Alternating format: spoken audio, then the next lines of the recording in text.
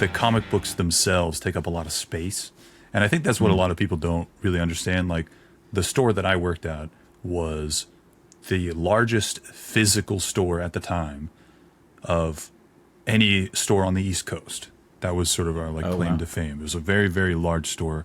But 90% of it was just long boxes of comic books. And if you're Walmart or some other big store, you've got tons of different types of products there. And here's this big warehouse almost of just comic books. So somebody might come by and buy a bunch of comic books and you can make some money off that person, but it's very niche. So I see too, now we have more gaming stores, which I think kind of replaced a lot of that. We've got one where it's all board games, and then they just do tournaments, right? Almost nightly of different games. And that's you can sort of fix your space around that. Board games, and specifically the manufacturers of board games and the publishers of board games are very aware of the size buildings that their sellers would have. So they've created cool programs and stuff for you to have displays of your board games. So some shops will have all their stuff on display and you can walk around and get it. And then they'll have a back room where they've got sort of a converted table, or they bring out the table because it's hidden somewhere, and they'll have a board game night that night. Or if it's a big tournament, they bring in tables from, their shed or storage trailer or whatever, to make use of the space that they do have, because they tend to be smaller buildings. Unless, I think there's a store in Maryland now that's like a 10,000 square foot board game, wargaming. It's half board games and then half just a sea of tables, so that they could have these big Warhammer style battles. I've talked a few times with some of the UK creators, and of course they have the Games Workshops, stuff all over the place. And I guess we do too in the United States, but it's not it's every town in the UK has a Games Workshop. Yeah. that culture is interesting. And then there's sorry, go ahead. I've tried to get into Games Workshop stuff like Warhammer and whatnot, Age of Sigmar, but the price point is just crazy. Oh yeah, when you think, we were saying before I hit record, I think I've still spent more on Magic than gacha games. Yeah. Vex wasn't sure, but any of these hobbies can get awfully expensive. And I mean, if it's fun, if you want to drop $120 or whatever on a mini army, and you spend the next month painting them, that's your hobby, that's cool. That's for you. I spend $120 to get my favorite new character in a gacha game, or a new box of Magic the Gathering cards. It is what it is. Yeah. And the older I've gotten too, and the more times I've moved, the more frustrating it is for me to have the stuff, Yep. So I can't imagine being a miniatures diehard, and then you have to move. It's all the totes and all the boxes. Yeah, you have to really be careful about moving all that stuff, because it's time and money. The thing I was going to say was the painting is cool. One of the Discords I'm in, there's a guy who's been showing off all of his Warhammer figurines, and he's not even playing the game. He's just painting them. Sure. That's his thing. Yeah. So I do a lot of D&D. I'm a DM. I actually put together the sort of Godforge D&D that currently only has one part, but we've got 2 more planned. That was with Gecko, right? Yeah, Gecko and a couple other guys. So I've looked to specifically the Age of Sigmar Games Workshop stuff. It's more sort of high fantasy, and gotten some minis from that, and painted them and used them in D&D settings, because it's super on super camera convenient. for that. Not for that. Just for okay. other D&D, sort of campaigns. Yeah. No, I do appreciate that when there are miniatures involved in a D&D campaign. Anything to bring a tabletop, more to life than just the pieces of paper. Yeah, not many people, especially as the game has become sort of more flowery. The game used to be 20, 30 years ago very numbers heavy, so people were sort of head down, crunching numbers. now it's much more like theater of the mind, and not a lot of people are particularly good with that kind of thing. So it helps to have like, minis and like a map or something, maybe some music, Is your history with, talking about working in the comics world with merchandising like a big deal? Because I see, you've got a ton of stuff in your background and foreground, and a lot of the videos that you've done have to do with unboxing. What is the company that you just did one on with the keychain and the lanyard and stuff? Or something? Vogue Race. So yeah, they're one of my main manufacturers for my own personal art. I am a jack of all trades. I do many things, and among them, I have my own online shop for merch and art that I create, as well as a artist alley booth where I go to different conventions and sell my stuff. So nice. Yeah, I've got a ton of stuff behind me. The ghost face is definitely one that you made, right? Actually, I had that commission. There's two more you can't see. Yeah. Well, hey, party people. Welcome to another episode in the Meet the CC series. Today we have Vex/VexingLive. I don't know what your preferred just Vex name is. Okay. And that's short for something, right? It's just like Vexing, Vex. It's like, the word vexing is sort of like what I tend to do.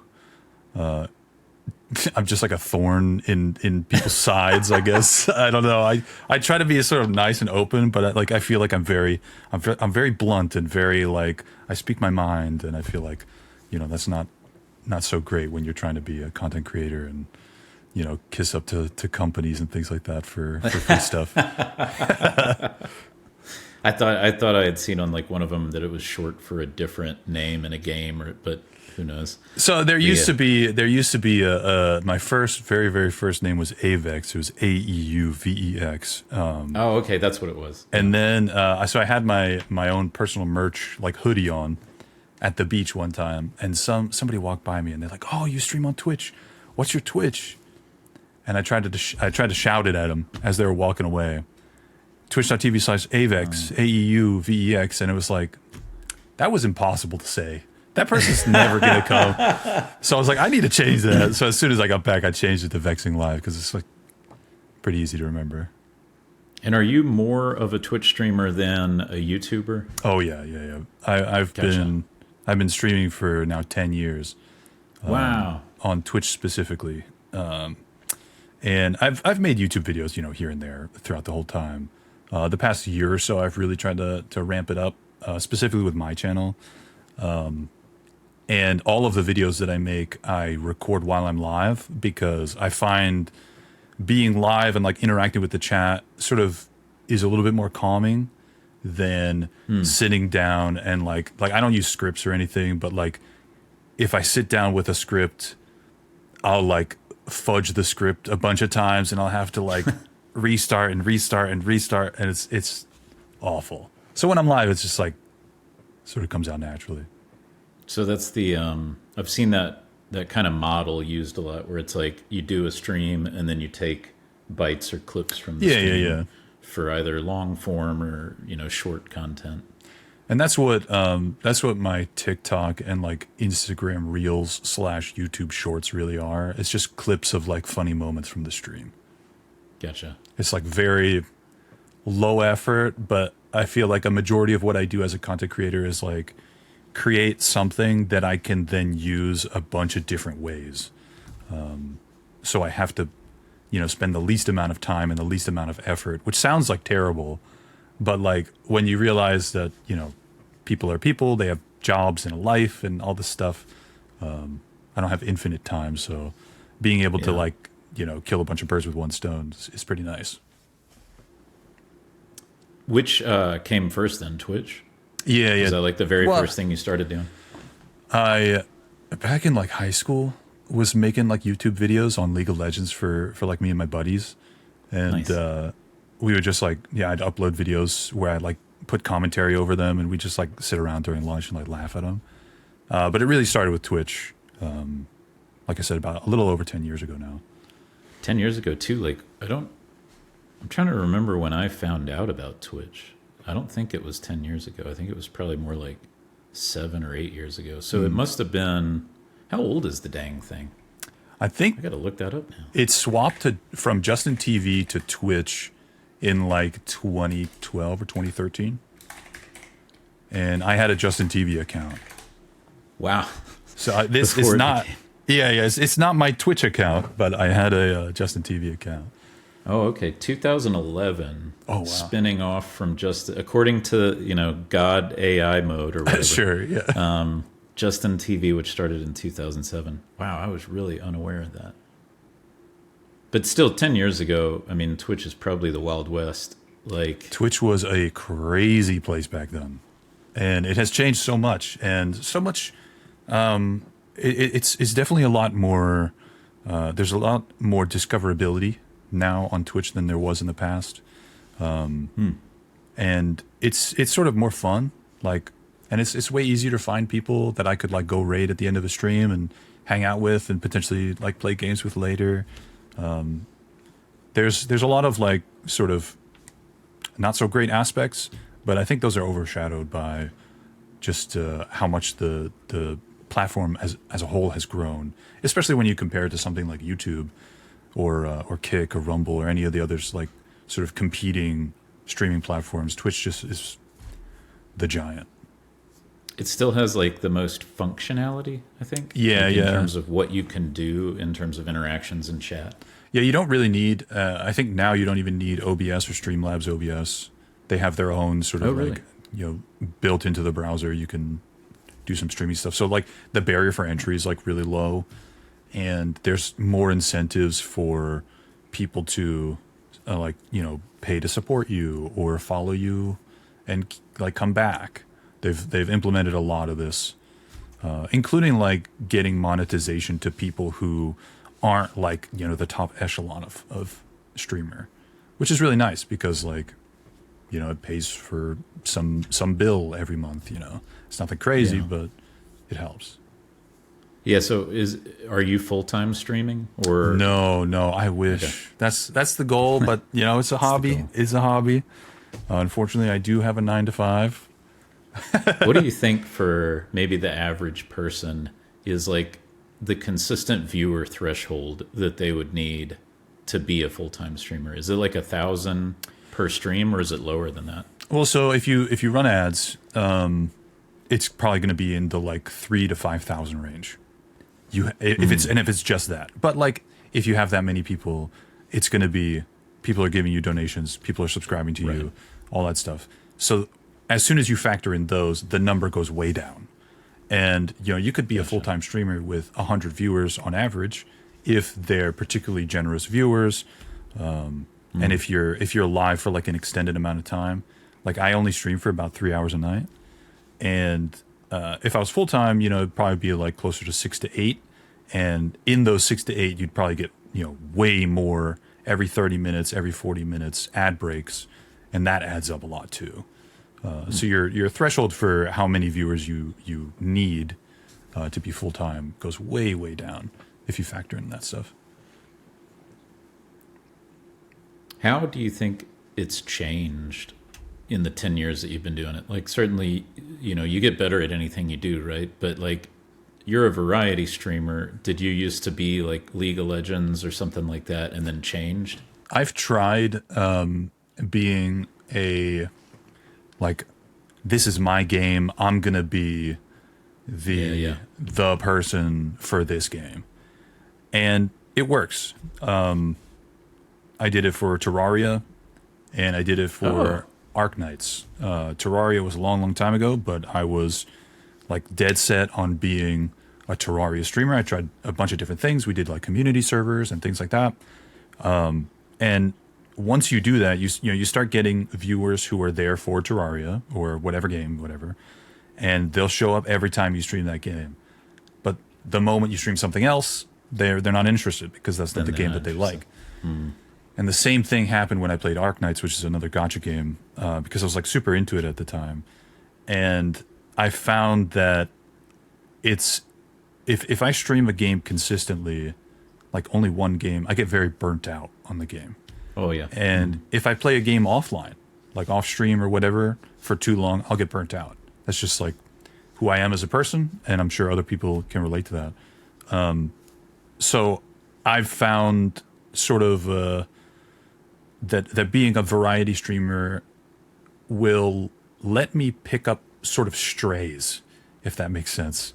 Like I'll pick up a person here, I'll pick up a person there, and my personal whatever and my community that I've created and them will just match. And they'll come along every stream or as often as they can, and we just sort of, grow and grow and grow that way. It's a lot slower of a growth, but it's to me it's a little bit more lasting and a better feeling of growth, because I get to know these people and they get to know the community and they know what to expect out of me. So that's kind of what I've seen change, and it does seem that like at least now there's a lot more interest for variety streaming than there was in sort of the early days of Twitch. That was like, you go to this one person because they're the expert in that, and you want to see that game played at the highest level of whatever that is. And now, it's much more community based, and I think being a variety streamer definitely leads more towards being a community leader. I think about who I watch on Twitch now versus who I watched when I found out about Twitch, and I think that aligns with what you're saying. It would be like Kriparian when I was playing Hearthstone, and I like Kriparian, but I didn't go watch other stuff that he did. Right? It was like I wanted his Hearthstone analysis. Right. But now if I watch Diablo, Twitch, no thanks. Yeah. Yeah, except for I did enjoy. I watched the video recently that he did during the whole Quinn 69 Elon Musk drama. Oh, right. Where Quinn outed Elon's PoE play, and then everybody's reactions. Kriparian's was killing me. I was dying on that video. That was so good. But yeah, these days I kind of bounce. And they're all variety streamers that I'm bouncing between, like SFan, KCO, Quinn, obviously. I watched a lot of Quinn's Megabonk stuff when I could catch him. I don't really use Twitch to find the expert in a game anymore. I probably use YouTube to find expert analysis. Yeah.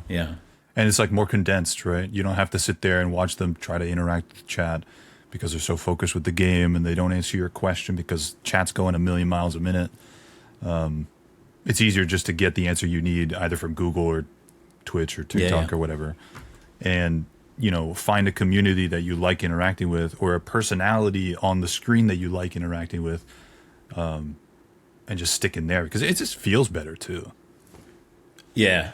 Yeah, there's one content creator that I do try to catch as many Twitch streams as I can, and it'll only ever be like 15 to 50 people. But when it's down to 15, it's like all 15 know each other. Sure. So then you can really BS with everybody. I like it when the chat is BSing with each other. Yeah.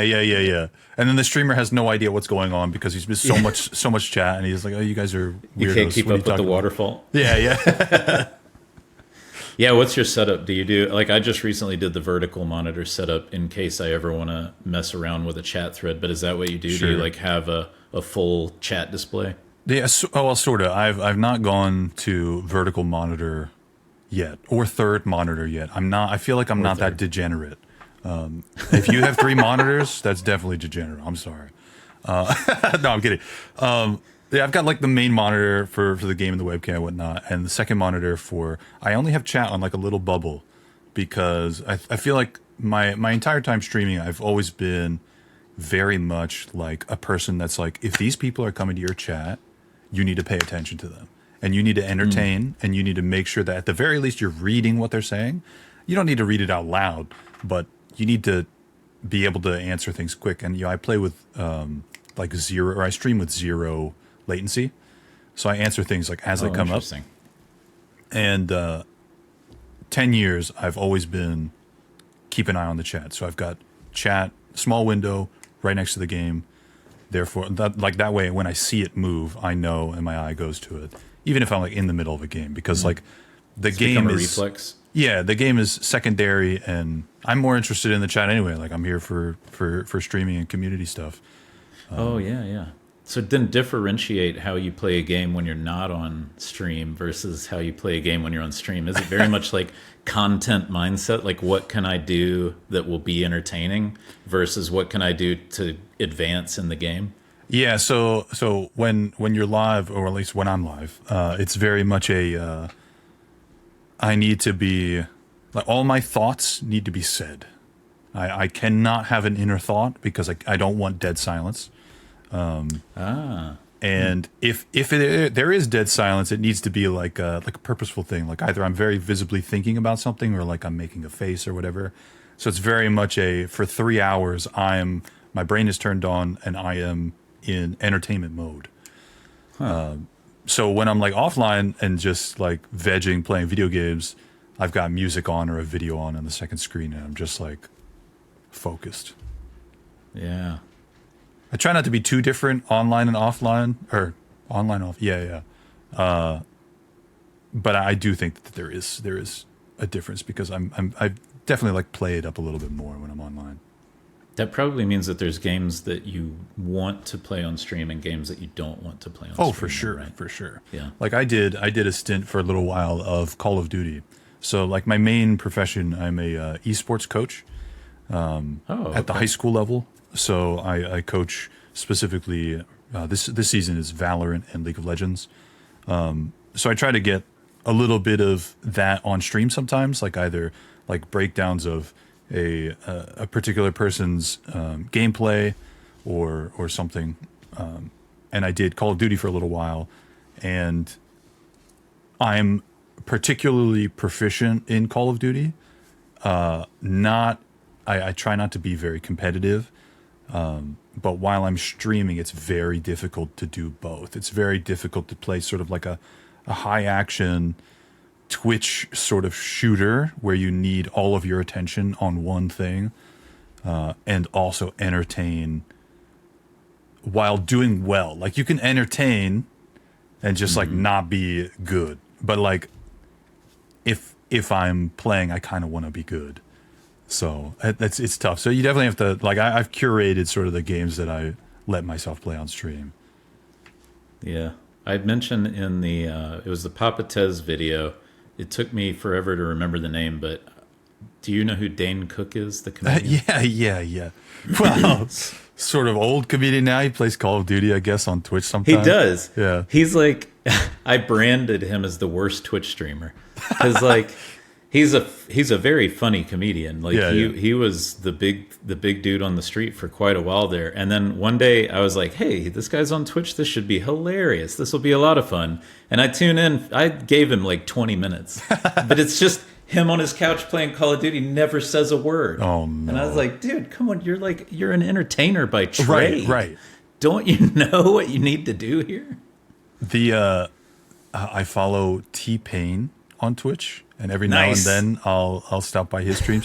His streams, I mean, he's very clearly an entertainer, right? Yeah. I grew up listening to his music, and like seeing him on Twitch, like in my following list, is crazy to me. Like T-Pain. Oh, he's a follower? T-Pain's No. Sorry. Twitch The list of who I'm following, I guess. Oh, who you're following. Yeah, okay. yeah.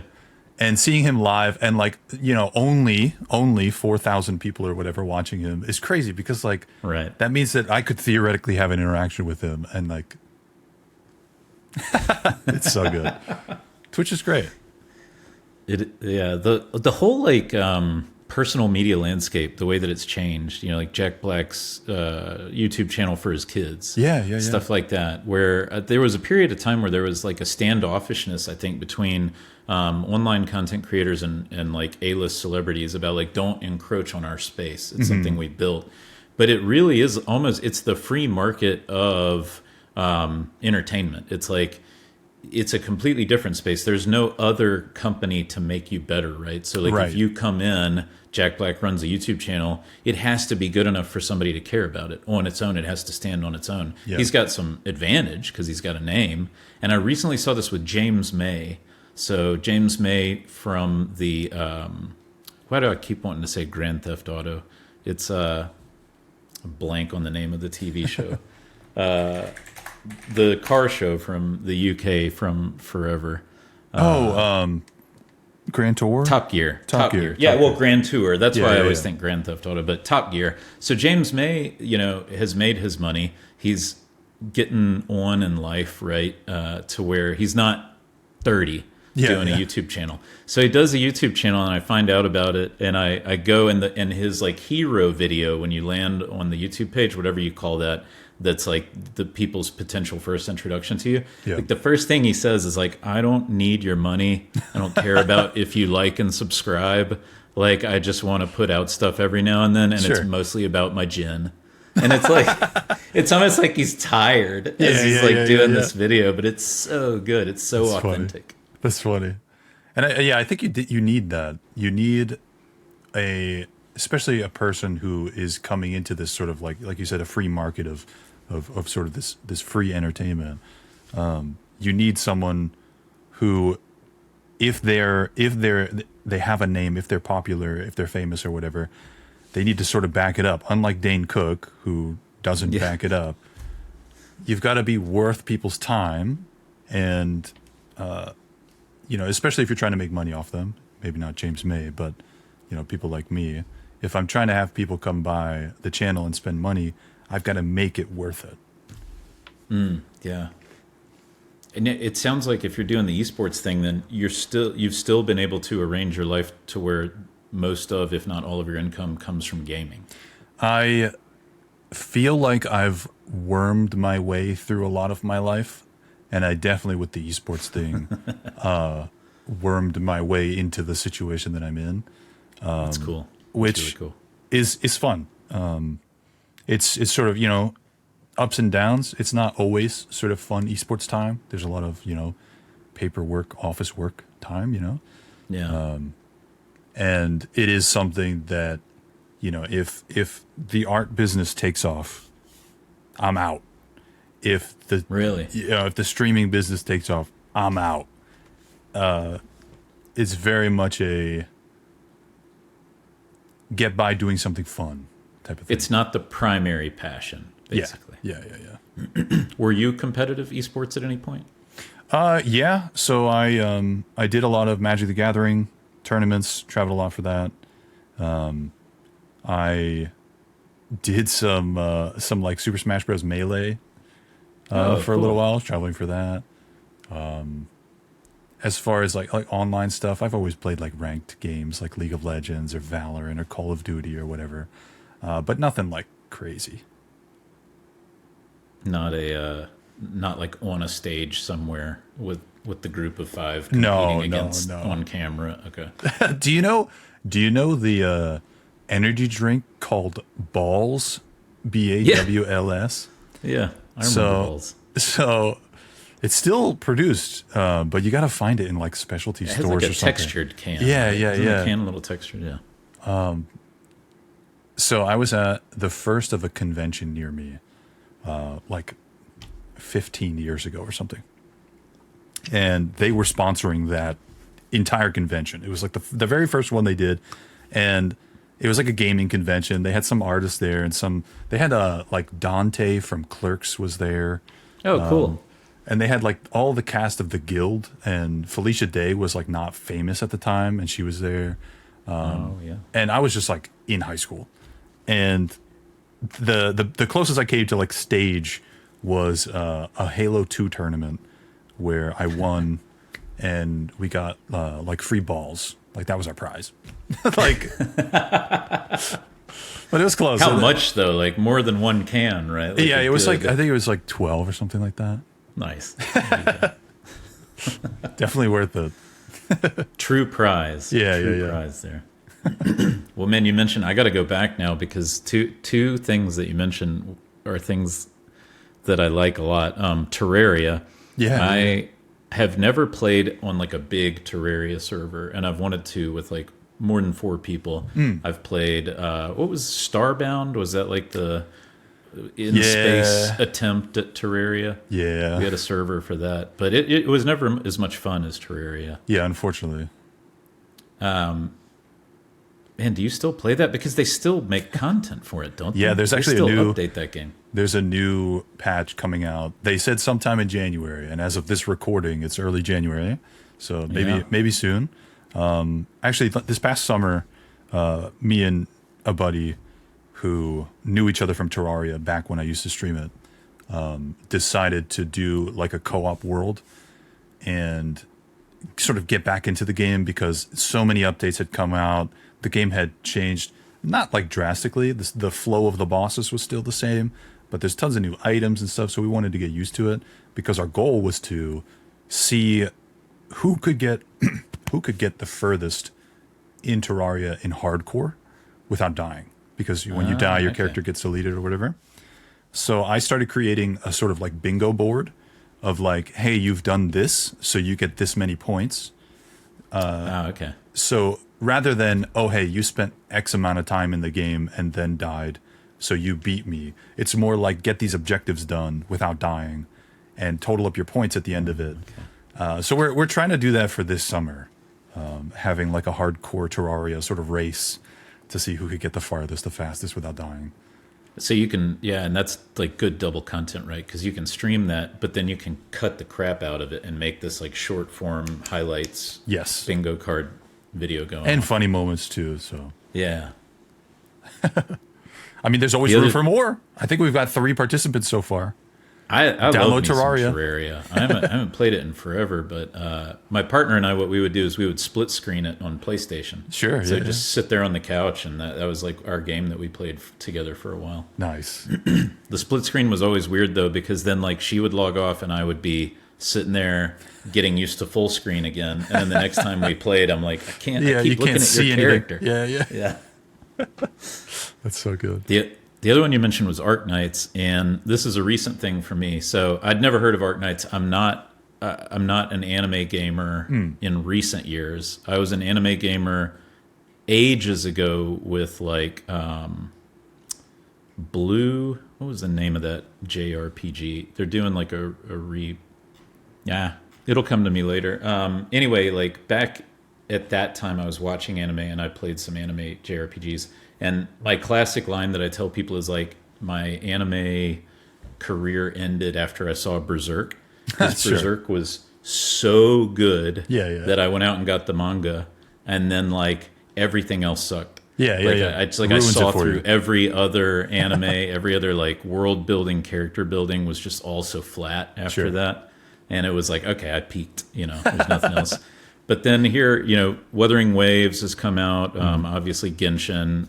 Everybody's watching One Piece, and so it's like I hear it a lot more lately. And then watching the Game Awards, that advertisement for Arknights Enfield comes up, where One Republic does the song, and I liked the song. I was like, I'm not really a big One Republic fan, but I like that song a lot. And I'm watching the footage of the game, and the juxtaposition between like the classic like Genshin Impact looking battle system with those big like cinematic in space things in the base building, where the graphics are a little bit different, right? It's like going back to a polygon shaded sort of backdrop for the anime characters. Kind of caught my attention, almost like a Xenogears sort of feel to it.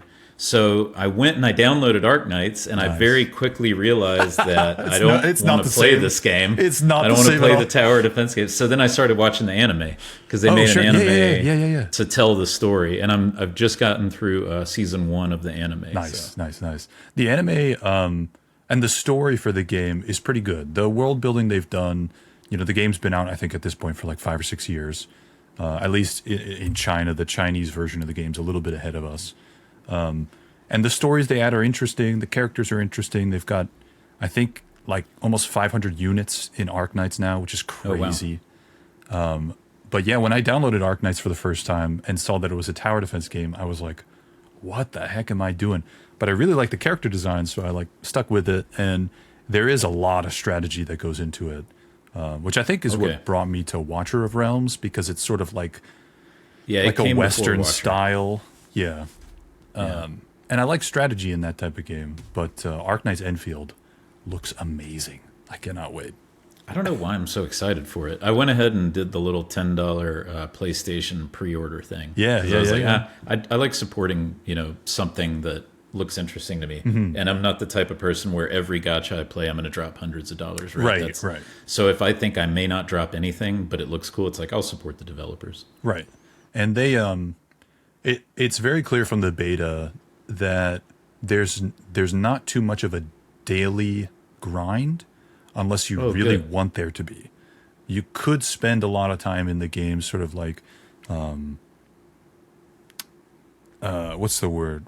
Not prioritizing. Just like making your factories better, going around the world, getting materials in sort of like a better and easier way, and optimizing your factories, which would then increase your production of like how well you're able to like upgrade characters and obtain characters.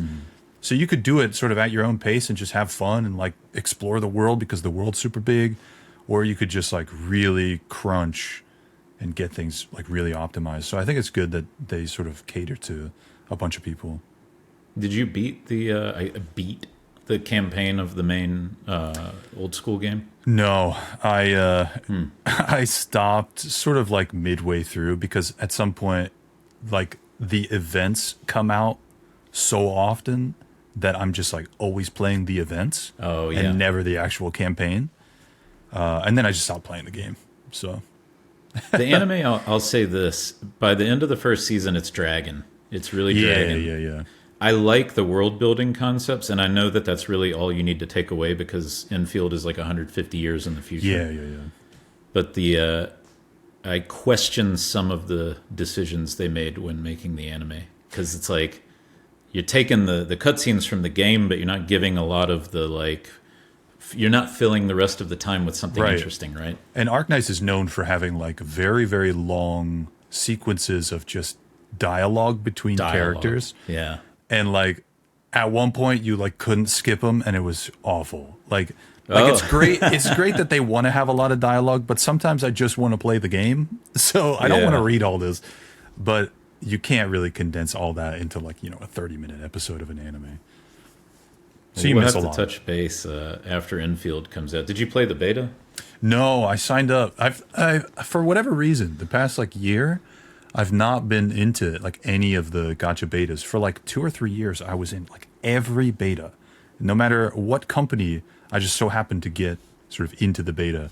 But no, unfortunately, I have to wait like everybody else. My fear was that it would be like factory building or factory sim boss fight, sim boss fight, and there wouldn't be any like open world exploration. But I think I'm wrong about that. Yeah. There's and it differs from like Genshin or Wuthering Waves or whatnot, where the open world exploration, you're not just a single character that you swap between while you're running around. Your whole party runs around with you. Primarily blinder guy, right? Yeah, like Well, that's female like or male. Yeah, that's like the main character. Blindfold. Yeah. Okay.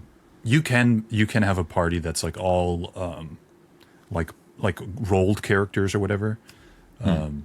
But you run around with your like 3 or 4 people in your party, and you all fight, and so it looks like you've got a team sort of exploring with you, and it's kind of fun.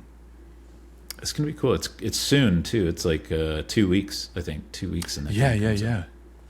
It's gonna be good. Maybe I'll jump on your Twitch streams if you're gonna stream. Yeah. So I've not done it in a while because there's a million things going on, but it was a tradition to do Weeb Wednesday every Wednesday, where we'd have like a starting screen on the stream would be like super anime, and we'd play anime music and we'd talk about anime games, and like it was a fun day. The fallout from, so this is how like my mind goes, right? It's like I see the One Republic video. It's like, all right, I'm finally interested in an anime game. Okay, I don't want to play the old one, so I'll watch the anime. Okay, so now I have to download Crunchyroll. Okay, now I'm in Crunchyroll, and like I feel like I'm supposed to watch One Piece, and then it's like, oh, there's 1,000 episodes of One Piece. Maybe I'll do what I've always wanted to do and go back and watch Dragon Ball from the beginning. Hell yes. And so now this whole thing of like I want to play Arknights Enfield has resulted in the most time spent watching old episodes of Dragon Ball. I mean, Anime, there's definitely, I mean, it's like anything else where there's like good media and bad media, or well-written media and poorly created media. But especially when it comes to DBZ, it's from a different era. Like you can just appreciate it in a different way. Yeah. I could give you some anime recommendations. Maybe I'll send you some for some like new age anime that would like if you're into Berserk and like that kind of storytelling and that kind of like depth of world building and like sort of intrigue. There's definitely some new ones that have popped up that are like, all right, this is going somewhere. Yeah. Well, the thing about Berserk that was so good was it's the clear emotion in every decision that anybody makes. Like, and they're not homogenous either. Like, Right. all of the characters really have their own stuff they're dealing with. And there's a show, I think you're a horror fan, right? Yeah, I think I've yeah, picked yeah, up on that from some of your videos. There's a show that I'm sure you know about that maybe not a lot of people, or some people that are listening haven't seen yet, but From. Sure. From is like the greatest show being made right now. And at its core, it's really about trauma and how Yeah, these people yeah. are dealing with trauma. And that's what Berserk was, is just significant, horrifying trauma. And then how do these people process this and deal with it in a high fantasy setting, right? Right. And are you a Silent Hill fan? Yes, I love the Silent Hills. That makes sense. Yeah, I was immediately thinking of Silent Hill. Somebody the other day was saying, like, I got a letter, blah, blah, blah. And I was like, oh, did you? From your dead wife? Yeah, from your dead wife. Yeah, I think, and a lot of anime today and a lot of media is just sort of like action, fun times. We want to have fun explosions on the screen so you feel good for a half hour and then, that's it. There's not too much that's like really wanting to make you think or feel. And when that thing like comes around, it really stands out and it really feels good.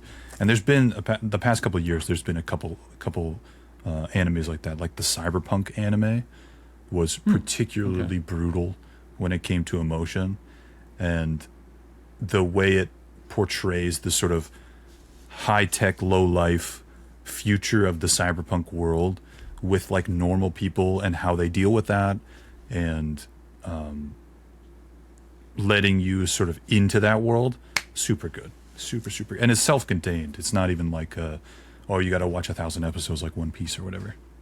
It's a like IP, like by the cyberpunk rulebook people or whatever. Yeah. So R. Talsorian, who make Cyberpunk Red, and all that stuff, they worked with CD Projekt Red, and Mappa, I think, is the studio who animated the series, to make it just like incredible. Like if you played the Cyberpunk video games, or if you played Cyberpunk 2020, the board game, or tabletop RPG, you would definitely get a lot of references in that, and that sort of adds to it. But it's on its own, it stands really, really, really high.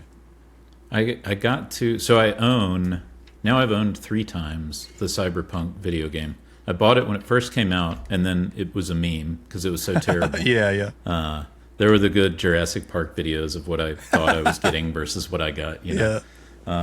So I refunded it because PlayStation, and back in what was that, like 2020, they were giving out full refunds, for anybody who bought the game. So then I buy it later in life, and I really haven't played it. I've been using it to benchmark computers, right? Like, sure. Not actually playing the game, but go way back in time in my life, I actually did play the original Cyberpunk tabletop. Nice. As a very young kid, and I was telling Tamib on ours, like, Friday Night Firefight is like the most complicated combat system for any tabletop gamers out there.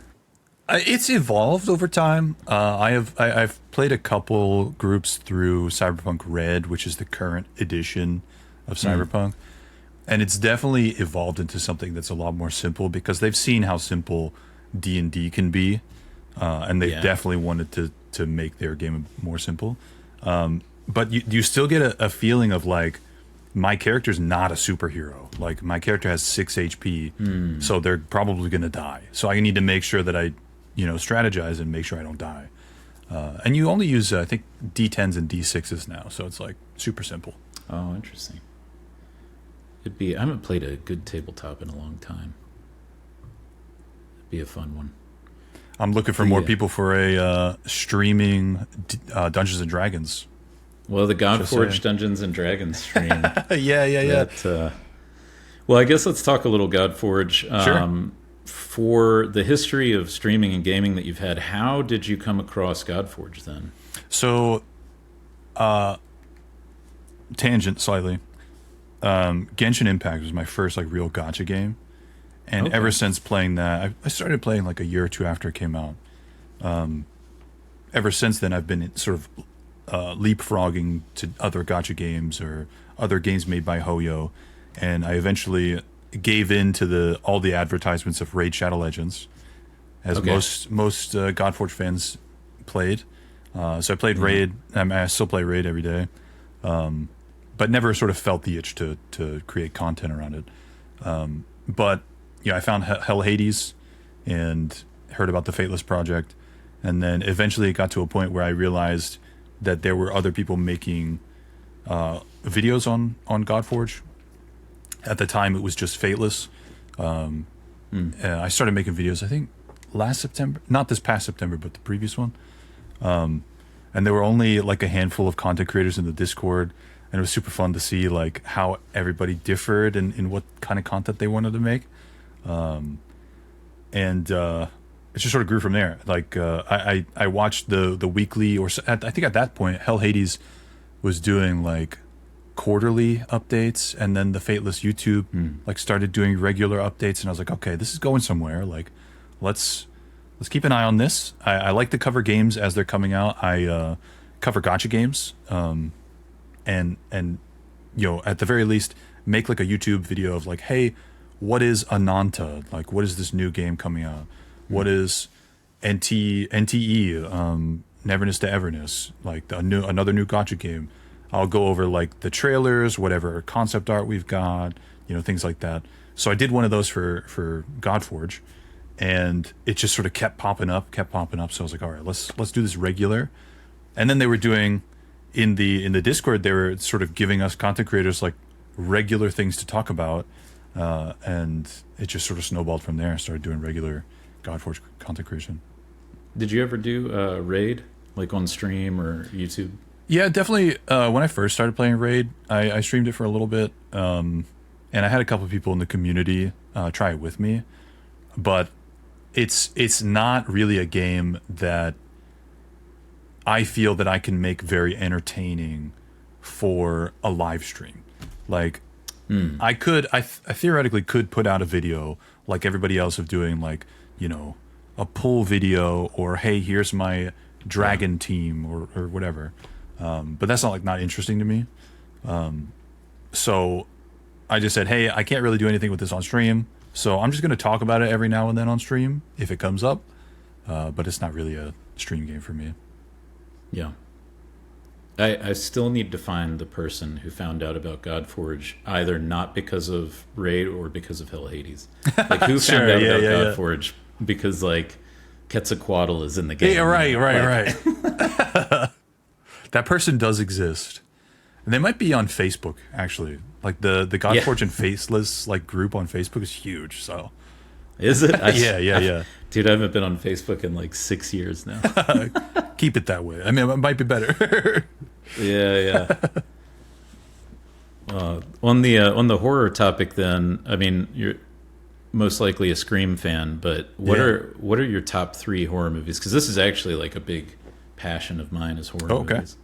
So I'm not like I forget what it's called, but I'm not like a movie buff. I like movies that I like, but I don't really like. I'm not too big into like film and stuff like that, because I just don't know a lot. The ones that you like, because everybody can argue about what's the best or what's good, but what really matters is what you like. So I think for me it would probably be Cloverfield. Original Cloverfield. The original Cloverfield. Interesting. Alien, and probably Scream or Saw. One of those two. Is that the Saw? Yeah, it's Jigsaw behind me. It's a blanket. Jigsaw blanket. Yeah. Nothing helps me go to sleep. Yeah. Do you want to play a game? They're the only torture movies I like. I remember when Saw came out and it kind of flipped the script, right? Everybody started making torture movies, and like I was fine with Saw, but then it was like Hostel, and then the like Multitude of Wolf Creeks, I think. It was just like the thing that I don't like about those is I don't like when you take the free will away from the characters. Sure. When the characters are either too dumb to make a good decision or given no options, like given no real options. Yeah. And Saw had just enough decision making on behalf of the characters to put them in a better or a bad situation that I could still like go along with it. But kind of that's the dividing line for me is like especially supernatural horror up here, Saw, and then torture horror down here. I just interest.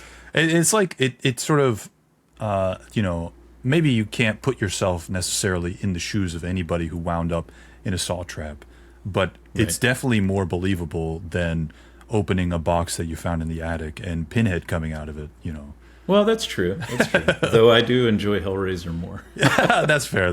I will say, I think Hellraiser scarred me, and it took until Saw to really get into like sort of gory horror. You saw it too young, didn't you? Yeah, definitely. That and Army of Darkness, like just maybe a bit too much blood. I would say for me, it always jockeys for position, but certainly up there is like John Carpenter's The Thing, John Carpenter's In the Mouth of Madness, and then Event Horizon, I think. Those are probably... Heck yes. I'm sure there's other ones, but those I consistently come back to. Sure. Are you you're a practical type of horror person? Like practical effects? Yeah. Yes, 100%. I can't stand CG, dude. Yeah, when I sat down in the theater for Star Wars Episode 2, I got furious when on that scene when the stormtrooper kneels down to like grab, I think it's Padme's hand or whatever, and the whole stormtrooper is CG. I was furious. I was like, don't just do it because you can do it. Right. And then you go back and you see like the original trilogy, like the physical things that they made to make those scenes. It's like you had the technology, you could just do it. You had the guy, you could do it. Well, and like In the Mouth of Madness is such a perfect Lovecraftian story because so much of the horror of it is not the gore or the violence, but it's in the subcontext of what's happening. And like the scene where Sam Neill wakes up on the bus and they just put a blue filter on the camera. Like that's one of like the most iconic things, and there's no money in that whatsoever. They just put a blue filter on the camera, and that tells you so much as a viewer. I definitely like I think I definitely lean more towards like lower budget, like Blair Witch style, Cloverfield style. I mean, that had CGI and that was found footage. JJ do you generally like found footage horror? Yeah. I'm definitely like, even when it comes to like horror video games, found footage stuff tends to, or like that sort of aspect tends to get me a little bit more. Yeah. I like to get scared. I don't like to get jump scared, but I like to be creeped out and like, this could happen, that kind of thing. I need to play a good scary game. I've got Alan Wake queued up. I've got both the Alan Wakes on my PlayStation. Those are good. But now my backlog is so long because it's like now I want to play the OG Divinity. I still haven't played Expedition 33. Sure. It's like now we got Enfield coming out. Godforge is going to come out at some point. It's I'm too busy much. watching Dragon Ball. And then I got sucked into Hollow Knight. So I cranked up Hollow Knight because I'd never played it, and my friend was like, "You have to freaking play the game." And now I'm like, "All right, now I have to beat it." Yeah. Super hard though. I never got through Hollow Knight. It is a very challenging game. Yeah. I was surprised. It's way more challenging than Symphony of the Night or Super Metroid. It's almost Dark Souls. It's not quite Dark Souls, but not it's quite that as punishing. level of. It's not as punishing, but it's that level of pattern recognition and Twitch, right? And like that, I think, is kind of what makes a game like that good to me. Like I don't want a game that has tons of like randomness. Like I want to lose because I was the bad person, not the random number generator. Which is interesting because like we were talking about Godforge a little bit. A lot of what's happening in Godforge, I'm noticing, is randomness. There's a lot of randomness in like kits of heroes, and I'm having to like really debate like what characters I'm going to focus on and what strategies I'm going to focus on, because like maybe this is like the competitive side or whatever, but I want to be in control of as much as I can. Yes. Yeah. And you know, a game like Hollow Knight lends itself very well to that. I made that exact point to somebody in the ELT chat the other day, was that they were like, man, I'm really stoked on Morgan Le Fay. That's who I want to get now once the kit was revealed. Super and I was random. Like, look, if that's how you like to play the game and that's fun for you, like 100% Right. I'm behind you. But know that you are not micromanaging your strategy. You Right. are now on the back foot playing a reactionary turn every turn you get. Which is his own like strategy, you know, see how the cards play, but you know. That's Hearthstone now. You know, Right, that's how right, Hearthstone's been for 6 or 7 years. Yeah, pull a random card from your deck. Okay. Yeah. Sure. And then that card makes a random card from the entire stack. Right. All available cards. The exact opposite of Magic the Gathering, where you intentionally shove as many predictable things in your deck. That's almost what... So I guess I like a balance, right? Because that's almost what I don't like about Magic whenever I get back into it. And I would get into... There was one period where I really got into Constructed, and I was like, I built... at the time, it was Valakut Ramp. Sure. Which was around the Eldrazi cycle. Sure. Extra lands and such. But, yeah, and I was like, I have a competitive deck. I built it. I'm going to actually go try to, like, place in Constructed tournaments. And having the whole game reduced to the paper, rock, scissors nature of this deck beats this deck beats this deck in the meta, and you always know what you're going to come up against. Yep. The randomness of just pulling a card was almost mute. It was like you have to count cards now to be able to win the game. And like if you didn't have that aspect in your deck and it was more predictable, that's boring too, because you're just doing the same thing for 9 rounds. You know, like, oh, I've already played this solitaire before. Like, oh, that happened. I guess I'll die. It's very sort of binary. I guess it kind of comes down to chess at that point, right? 'Cause chess, you know all the possibilities, and you're just trying to figure out which path you're navigating now. Right. So I hope I gave you enough prep work to talk about one or both or either. But sure. Where have you gone with music in your life? Honestly, music has never really been a huge part of my life. It's always been there. When I was younger, I got grounded a lot. I played too many video games. So I got my video games taken away. So I had my stereo and I had a piece of paper. So I'd always like draw or whatever and listen to music like on the background. We were talking about T-Pain being like one of my like favorite person that I'm following on Twitch. Listened to him a lot growing up, you know. And I always had like a sort of wide interest in music. Like I like a song because I like a song, or I like a creator because I like the creator and what they're making. I don't like necessarily a genre or dislike a genre. Lately, though, music has become more and more a part of my life as I've discovered how it can affect me and my creativity. With my art business, I've been making a lot of prints and like ancillary merch related to songs and things that sort of inspire me to do something. So I'll give you an example. I don't really like musicals. I'm not a musical person. Yeah. If I'm gonna watch a theater production, I'd rather it be like a story where people aren't singing. But there's a musical called Epic the Musical that's about the Odyssey. And I tried so hard to get the Fateless team to get the voice of Odysseus to do voice acting of Odysseus in Godforge, but I don't think they got that going. It's now a complete deal where there's 40 songs that just tell the epic of the Odyssey. From the perspective of Odysseus, it's very much a watered down, you know, sort of sing-songy fun time. There's like serious songs and emotional songs, but it's not like gruesome too much. And that sort of really stuck with me for whatever reason. And I felt very, very inspired to create art prints I've made keychains that are very unique to my style. And that sort of jump-started my art career, if you can call it that. Make like bookmarks and things like that. So I've definitely found joy in creativity in listening to music that speaks to me. Like I've also this year really discovered that I like Sleep Token in particular. And some of their songs have really hit me so much that I've decided to make posters for those songs. And they might not be good, or they might not be everybody's cup of tea, but it's something that I felt that I needed to create and put out there. And that to me is like a good feeling. Mr. Sneaky brought Sleep Token up when we talked about music. He's a big Sleep Token fan. Nice. How about you?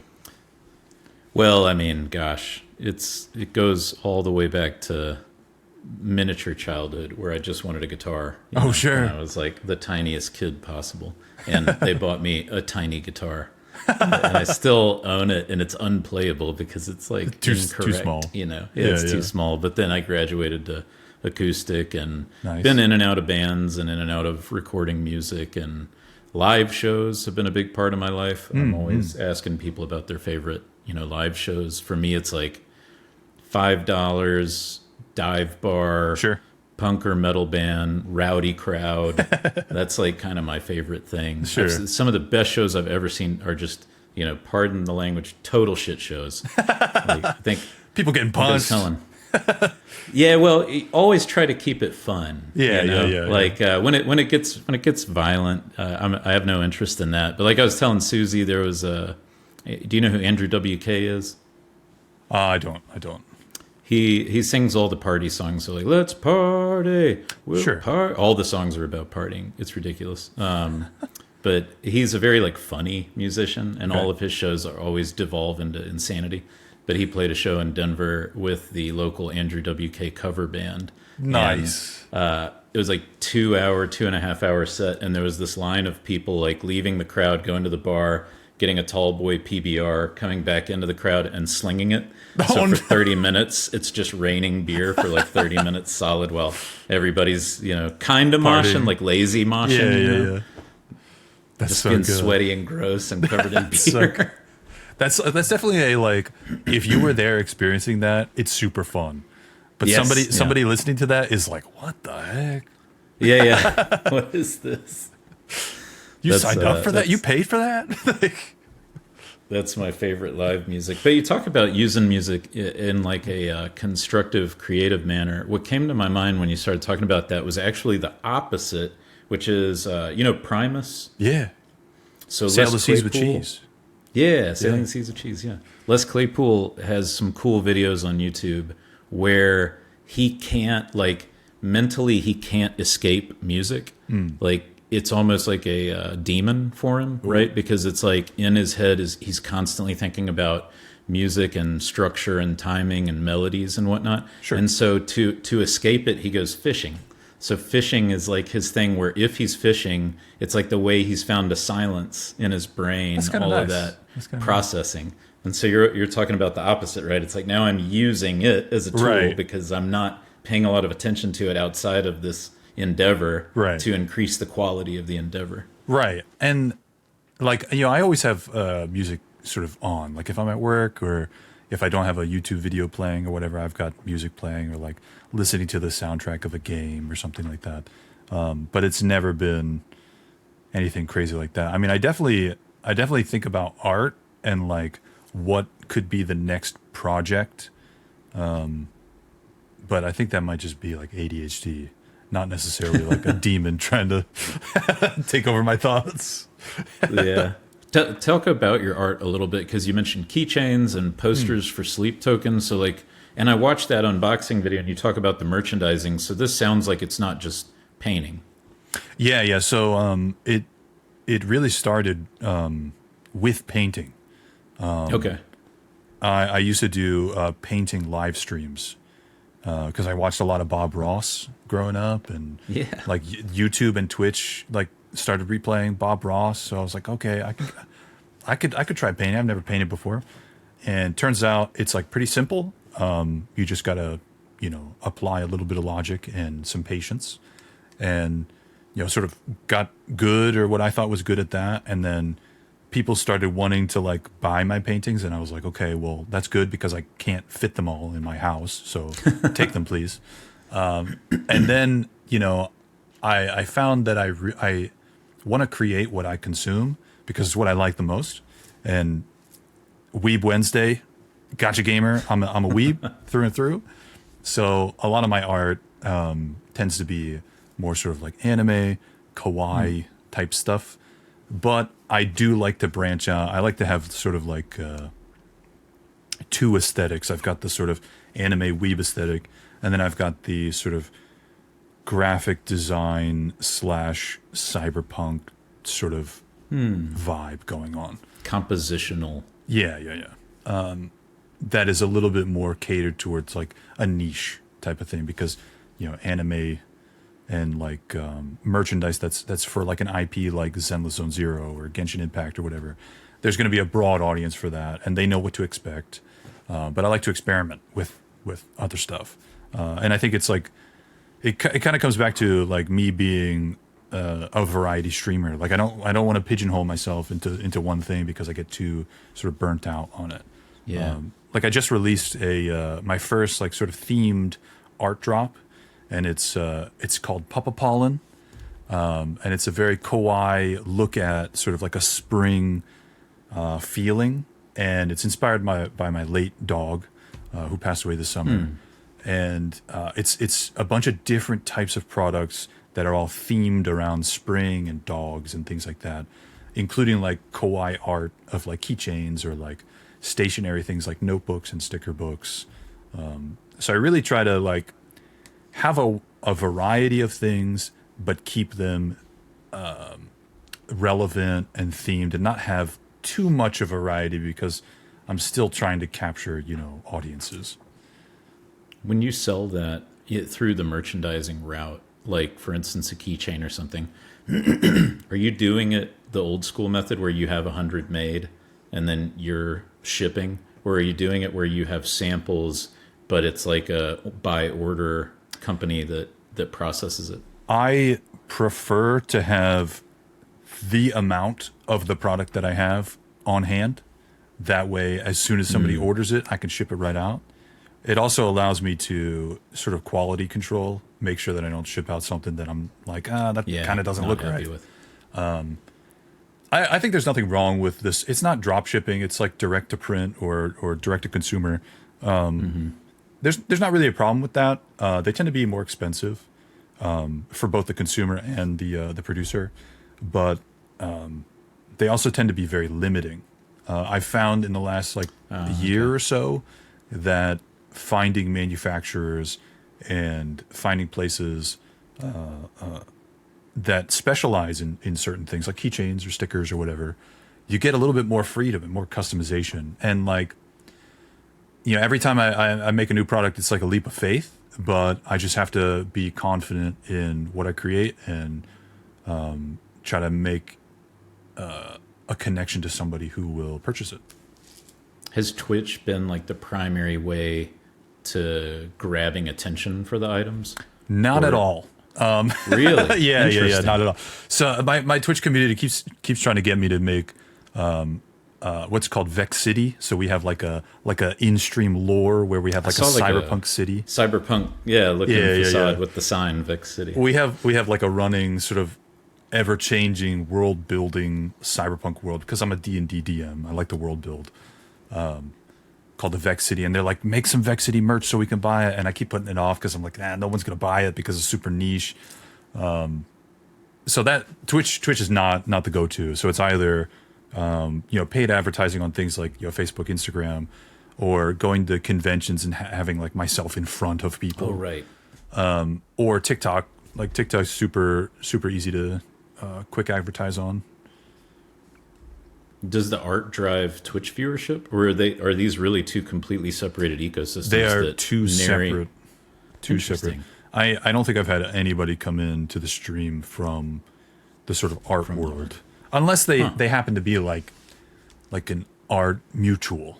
like I met them at a convention, and they're also an artist, and we just become friends. Is your art name also VexingLive? No, it's Kawaii Fox Cafe, KFC. Okay, so there's okay. That's fun. Did it was start with intentional. foxes? Yeah. So I'm like big into foxes. I got Banjo here. Okay. This big round boy. I've got a ton of foxes off camera as well. And like kawaii, right? Because a lot of the art's kawaii and cute and anime. So, well, we can maybe transition into culture then. Sure. Which I think I failed to expand upon your question before we started recording. It's all good. What I love about being broad and saying culture is that it can mean so many things. So a lot of people choose to talk about the country they live in, and like that stuff's still super interesting to me. Gecko, Odd One, both went into detail. New Zealand, Romania, but like Tamib was talking about the culture of LARPing, Sure. and he's big in the culture of LARPing. It sounds like you've got your foot in a lot of different spaces, like that whole convention art scene culture is probably something that I have like no concept of right now. Sure. But anything in that realm that you wanted to bring up?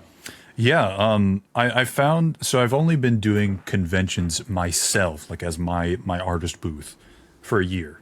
When I was working at the comic shop I worked at, I traveled, I think for about 6 months. It was kind of every weekend we were doing various conventions, and those were very specific Magic the Gathering conventions for big tournaments, and we were just buying and selling Magic cards. So that's like kind of wholly separate convention space than like an artist convention, New York Comic Con, like that type of thing. Totally separate. So I've found that it's not only getting more competitive and cutthroat, but more and more seemingly toxic, if that might be the right word. I try on my YouTube channel, and I actually just this week recorded another video because there's not a lot of information about finding manufacturers or finding places to sell your work or advertise your work, get people to buy your things. Like how do you interact with people at a booth? There's not much info on this because a lot of people are very insecure, I think, about their business, or they're very like gatekeepy, close to the chest. I've been a convention artist for 5 years, and I don't want anybody to this is my niche. I don't want anybody to come here. But my personal view is like, we shouldn't be gatekeeping, and we should be sort of helping out other people because we didn't have anybody to help us. And as a whole, sort of help lift up everybody from the bottom, if that makes sense. Even like I'm at the bottom, so like I can't really say that too well, but it's interesting. It's definitely, but like I go to a convention and I set up my booth, and my neighbor is super nice, and my neighbor behind me is super nice, because we've got to deal with each other for 3 days, and each day is like a minimum 12 hours. So like you have to be, interacting, and like everybody's just there to make money and sell art. Like we're all there for the same goals, and we just have to hope at that moment we're all prepared and we can make as much money as we can.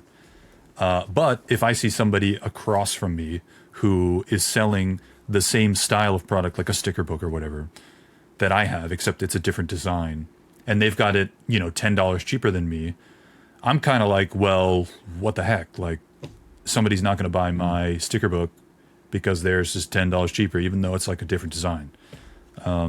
So there is like a little bit of cutthroat, but I think it's like, I don't know. It feels a little bit toxic coming in, but who knows? I mean, I've got more conventions this year, so I'm hoping to learn a little bit more. But it's fun. I mean, every weekend's super fun. I get to meet a lot of people and talk with a bunch of people, and then talk about my art. And sometimes they buy it, and like that's super fun. Like when you see somebody, they walk by your booth and their face lights up, and they're like, that thing. And I'm like, yeah. And I made something, and you can give me $10 for it. Like, it's fun. It's fun. Do you have to be careful with like copyright material? Technically, yes. I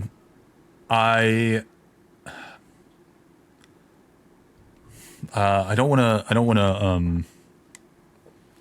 want to. I guess I've advertised myself enough in this podcast. But if you come to my stream, It's all about you, right? It's okay. It's about us. It's okay.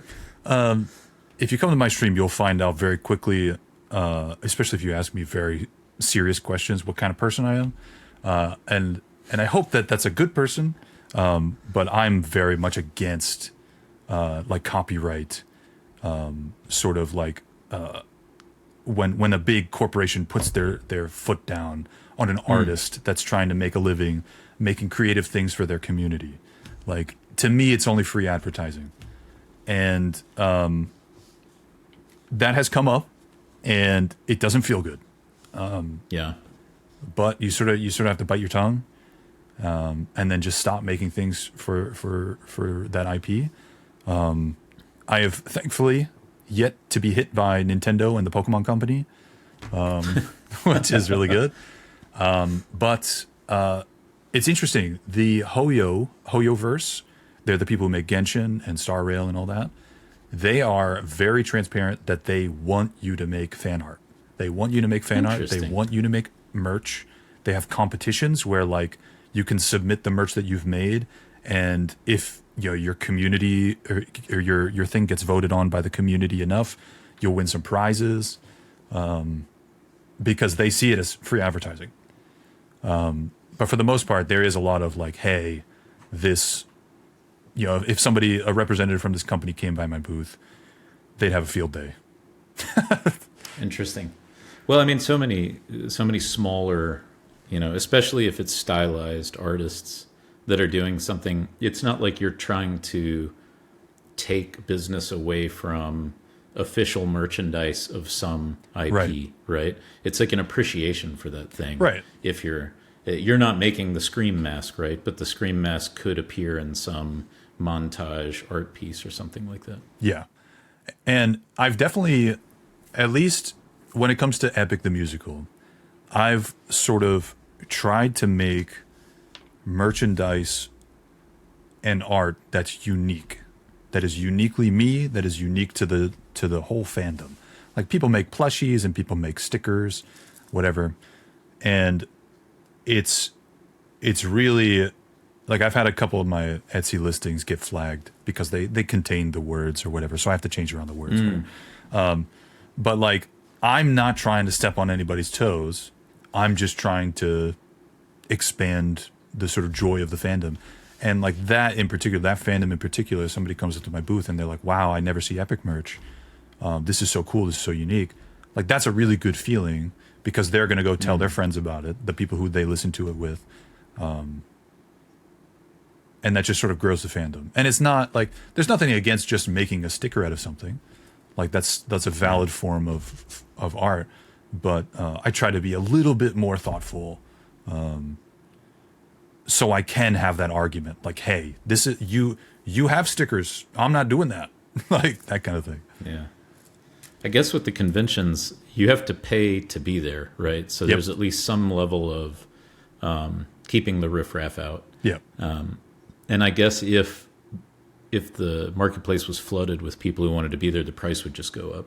Yeah. So there's some kind of floor, but you are, in a sense, having just a bunch of people with things to sell, trying to grab the spot to sell the stuff. Yeah. So I could see how that could be reduced to its base instincts, right? And it's definitely interesting to see different conventions have different styles of their artist alley. Like, some are very accommodating, some are very standoffish, some are like packed in like sardines, some have like way too many artists for the space, like the artists versus whoever else is selling stuff, like vendors and things.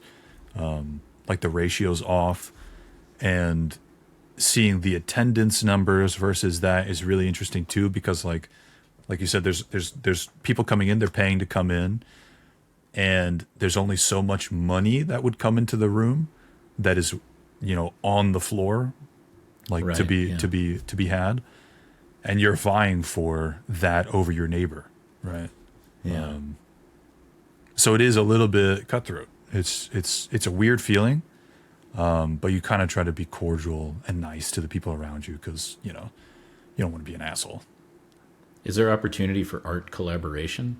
Is Oh, that yeah. like a thing that you've seen? So it's a very popular thing to do what's called a stamp rally, where like say me and 5 other artists we're doing a themed we're themed on horror movies, and we're gonna do a stamp rally. You come to my booth, spend $5, you get a sticker, and maybe mine's got Ghostface on it or something.